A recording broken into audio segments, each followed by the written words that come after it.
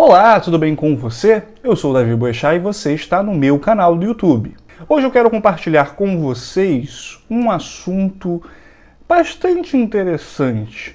E eu coloco como título para esse vídeo a Síndrome de Jonas. Bem, o que significa isso, né? Síndromes a gente está muito acostumado a ouvir por aí.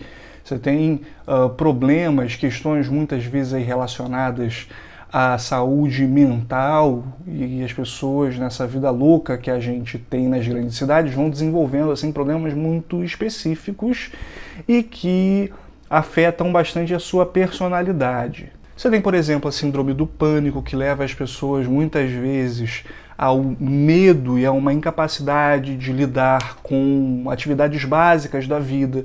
Você tem o burnout, que leva as pessoas a uma exaustão que simplesmente não passa a despeito do descanso. Enfim, são problemas desses da modernidade, do mal-estar que é viver nos nossos tempos. Mas o que tem a ver essas questões com um profeta menor? Menor não porque tenha uma mensagem diminuída, mas menor porque, enfim, simplesmente deixou um bloco de texto menor na Escritura Sagrada, que é igualmente inspirado como todo o resto. Eu penso que a ideia de uma síndrome de Jonas precisa passar, é claro, por uma explicação acerca da natureza e do conteúdo desse livro bíblico. O livro de Jonas é um texto curto, com apenas 4 capítulos que você pode ler tranquilamente em não mais do que meia hora. Nesse texto, Jonas é chamado por Deus e comissionado para a grande cidade de Nínive. Os ninivitas eram um povo que tinha características em sua cultura absolutamente contrárias aos padrões determinados por Deus. A preocupação de Deus com esse povo revela algo muito importante a respeito do Deus de Israel. O Deus de Israel, ele não se limita a ser uma divindade regional. Ele não é uma divindade nacional. O Deus de Israel é o Deus criador. E todo o mundo está submetido à sua lei. Por isso, um profeta que conhece a Deus é enviado para pregar a outros a respeito do que eles deveriam fazer para agradar a Deus e se conformar à sua vontade. Jonas, portanto, é alguém enviado para pregar uma mensagem.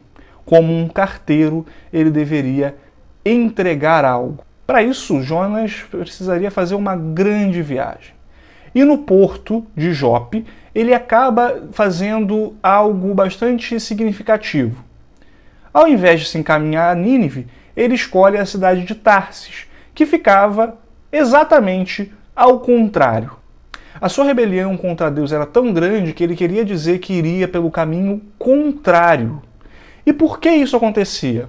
Porque Jonas entendia que aquele povo não merecia uma mensagem de perdão, uma mensagem de transformação. A mensagem que Jonas queria passar era, no máximo, uma mensagem de destruição e não mais do que isso. Jonas então desobedece a Deus. Entretanto, como você deve conhecer a história, no meio do caminho as coisas acontecem de uma forma bastante diferente. O barco fica prestes a se partir numa tempestade inexplicável e Jonas, enquanto todos no barco clamavam aos seus deuses, diz: eu sou a razão disso tudo que está acontecendo.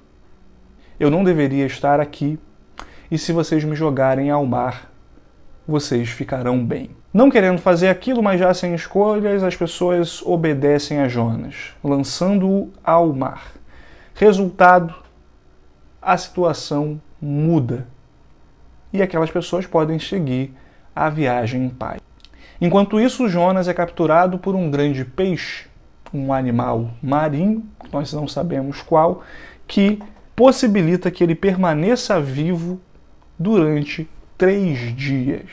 Milagrosamente, ele não só é mantido, como é lançado para fora e começa o seu ministério de pregação. O cheiro de um peixe já não é muito agradável. Imagina você ficar 3 dias dentro dele e começar a pregação imediatamente. Imagina como é que estava o estado de Jonas, as suas roupas. Como repulsivo deveria ser ver esse homem que havia sido cuspido de um peixe. Que indigestão Jonas causou para esse peixe, né? Todo mundo saiu muito mal dessa história. Depois de todas essas coisas, Jonas finalmente vai cumprir aquilo que Deus o havia designado. Mas o sermão de Jonas é bastante curto.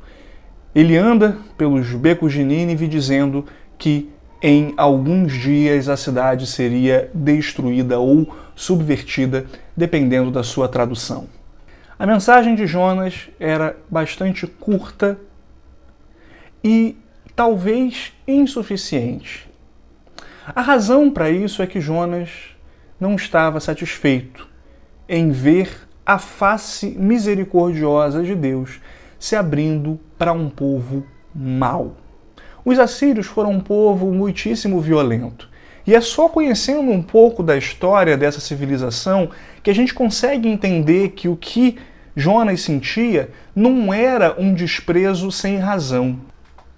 De outro modo, o que a gente consegue perceber é que Deus apresenta possibilidade de transformação de vida para pessoas que de fato não mereceriam, uma vez que estão no mais profundo pecado. O resultado é que aquela profecia condicional apresentada por Jonas não se cumpre. Por quê? Mais de 120 mil pessoas se convertem. Os especialistas divergem sobre esse número de 120 mil. Se ele é apenas um número que apresenta toda a população estimada da cidade ou se revela apenas as crianças que viviam ali. O fato é que uma grande conversão aconteceu em um sermão onde o pregador desejava a destruição dos seus ouvintes. E agora a gente volta à síndrome de Jonas. Hoje, é muito comum observar pregadores que desejam falar sempre palavras fortes, que gostam de se colocar numa posição de autoridade onde sempre há uma mensagem de destruição para o seu público. Isso me lembra bastante a visão de Jonas. Parece que esses pregadores não percebem que a mensagem da verdade ela acontece como um alerta sobre a não aceitação, mas também com a bênção que é receber a mensagem no coração. A palavra de Deus é alento para o coração, bem como ela também é um alerta para aquele que segue impenitente, vivendo uma vida contra o Senhor. É por isso que tantas vezes pregadores se colocam em posições onde viralizam na internet porque apresentam mensagens duras, mas sem o amor libertador que caracteriza o Evangelho. Eu acredito que isso aconteça por um desequilíbrio teológico. O apóstolo Paulo, no livro de Romanos, vai dizer que nós devemos considerar a bondade e a severidade de Deus. Parece que no nosso tempo essa visão dupla de quem é o Senhor se perdeu e muita gente foca no aspecto da bondade, outros só na severidade e a gente não consegue mais lembrar que ele é bondoso, bem como severo. E o texto bíblico continua no livro de Romanos dizendo: bondade para aqueles que o seguem, severidade para aqueles que o ignoram. Ou seja, a mensagem de salvação vem acompanhada dessas duas consequências.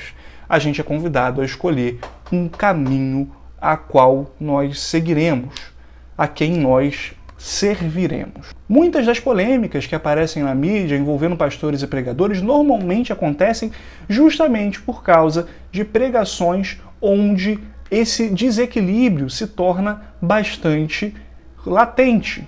O Deus a quem nós pregamos hoje é o Deus que decidiu salvar a Nínive, mas muitos de nós queremos que Deus não salve as pessoas envolvidas em pecados sexuais, por exemplo. Por quê? Eu tenho uma explicação. Nos últimos anos, o Brasil tem sido influenciado por um tipo muito específico e novo e bastante brasileiro de conservadorismo. A gente pode chamá-lo de olavismo cultural, uma vez que o grande guru desse processo foi o filósofo Olavo de Carvalho, que apresentou uma forma de lidar com as guerras culturais do nosso tempo com uma boca bastante suja. Isso tudo acontece num meio de bastante polêmica. O Brasil estava saindo de um contexto onde o governo promovia de uma forma muito aberta a homossexualidade através de programas mantidos pelo Ministério da Educação, e com isso pastores famosos ganharam muito destaque na mídia, mostrando que aquilo era errado, e normalmente eles tinham assim uma mensagem bastante dura a dar e não transpareciam muito amor às pessoas que estavam defendendo o que era mal, o que era errado. No meio disso, muita gente influenciada por esse catolicismo olavista começa a achar razoável xingar as pessoas e colocá-las sempre abaixo da condenação de Deus, sem apresentar a mensagem de forma completa, que é a da remissão dos pecados e a da justificação e de transformação de vida através do Evangelho de Jesus Cristo. E nessa briga de nós contra eles, cristãos progressistas ficaram com a bondade de Deus, cristãos conservadores com a severidade de Deus, e nós divorciamos atributos e características que pertencem igualmente ao Senhor. Passamos a pregar uma mensagem pela metade. Gente conservadora, que está defendendo a verdade, acabou sendo contaminada pela síndrome de Jonas. Até vai para o debate, até vai para a discussão, produz conteúdo e prega, mas sempre trazendo a mensagem da condenação, sem o outro lado, que é o do arrependimento, que transforma, da mensagem do Evangelho, que se propõe a todos, sejam os ninivitas do outro tempo, sejam os progressistas de hoje. Gente que está abaixo da ira de Deus, mas que também conta com o seu amor e que deve ser apelada para a sua salvação.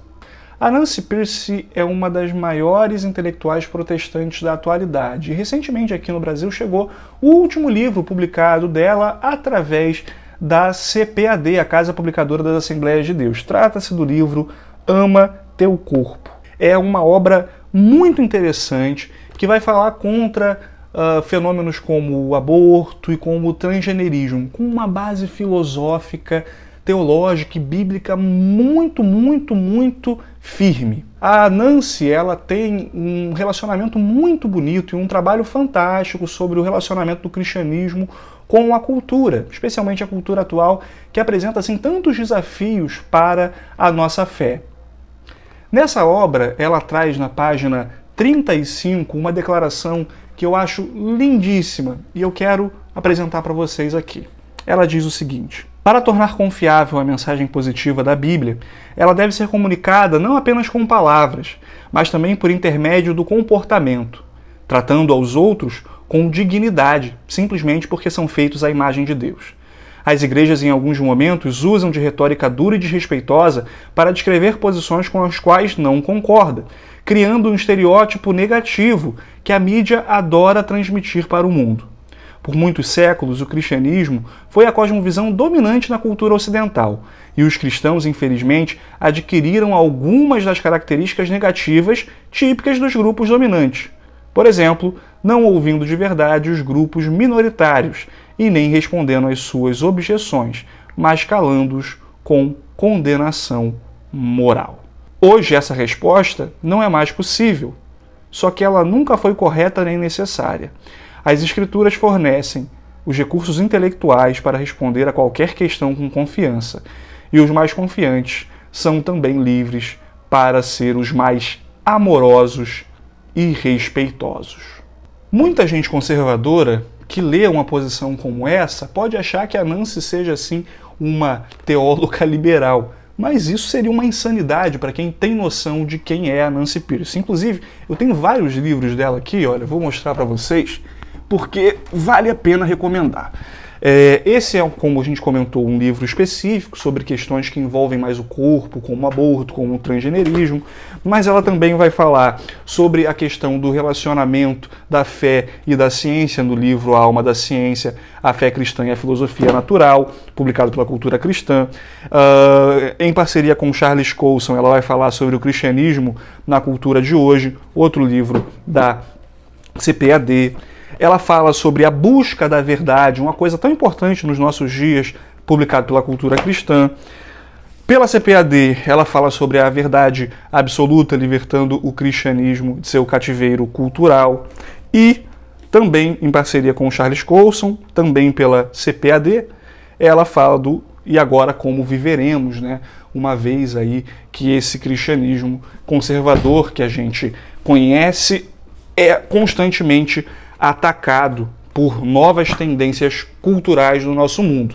Olha só, né, quantas milhares de páginas a gente tem aqui falando sobre como viver um cristianismo coerente num momento em que a gente é atacado. Isso aqui não é livro de liberal, sabe? Isso aqui é gente muito séria falando para você e apelando ao seu coração sobre como você lida com esses desafios da atualidade. E me parece muito significativo que alguém com essa envergadura de produção intelectual diga que a gente precisa aprender a lidar com as pessoas que discordam da gente com mais respeito, lembrando que elas são criadas à imagem e semelhança de Deus.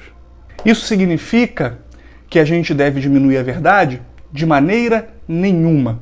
Mas a gente tem que pensar se a nossa pregação da verdade não tem sido parcial, se a gente não está contaminado pela síndrome de Jonas, de quem apresenta a mensagem da destruição, de quem chama de filho do diabo, mas de quem não apresenta a possibilidade de uma transformação de vida. O chamado para a responsabilidade também é uma oferta de novo caminho. A gente não pode perder isso de vista. As pessoas têm que ser confrontadas. Precisam, mas a gente precisa fazer isso apresentando a bondade e a severidade de Deus. Se você se sentiu tocado nessa mensagem, peça a Deus que Ele trate da sua síndrome de Jonas, porque se de um lado há muita frouxidão moral, também tem muita dureza que não provém de Deus. Você não precisa divorciar características que pertencem ao Senhor.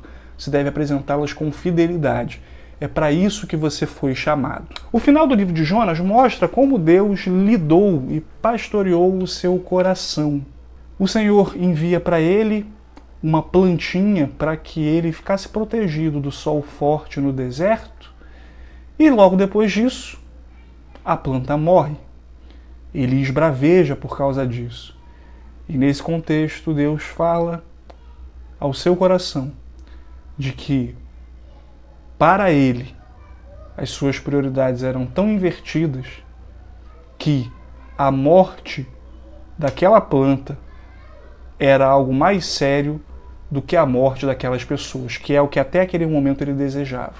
Ali, talvez, Jonas tenha entendido o quanto vale a vida de pessoas que não merecem salvação para Deus que deseja operá-la em todos. Quando nós olharmos pessoas com as quais discordamos em pontos que são fundamentais da fé, fazemos muito bem em lembrar que essas pessoas são gente que Deus deseja salvar e transformar a vida.